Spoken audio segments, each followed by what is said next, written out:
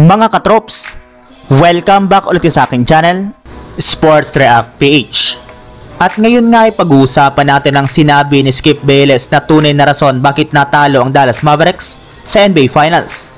Pag-uusapan na rin nga natin dito sa ating panibagong video ang balitang may regalo nga po ngayon ang Boston Celtics kay Jayson Tatum matapos nga po niyang hindi makuha ang Finals MVP.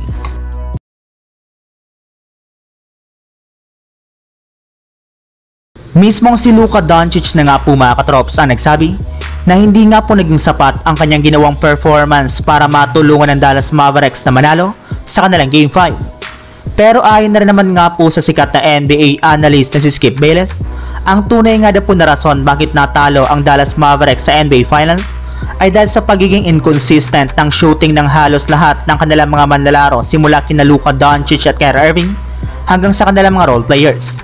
Bukod rin nga po dyan ay malaking problema rin naman nga po ng Dallas ang kakulangan nila ng experience sa NBA Finals na siyang rason bakit parati silang na-outplay ng Boston Celtics sa kanilang mga laro.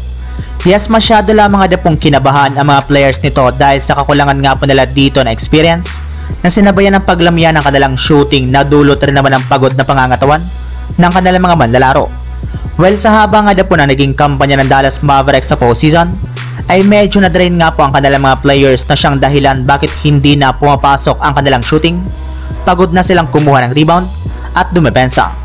Samantala, punta naman tayo sa ating sunod na pag-uusapan sa balitang may regalo nga po ngayon ang Boston Celtics kay Jayson Tatum matapos niyang hindi makuha ang Finals MVP.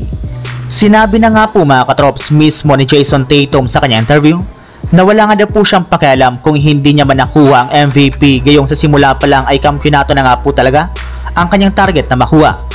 Masaya rin naman nga po siya na nakuha ng kanyang teammate na si Jaylen Brown ang Finals MVP kahit mas mataas ang kanyang average sa NBA Finals sa pagtatala nga po niya dito ng 22.2 points, 7.8 rebounds at 7.2 assists per game.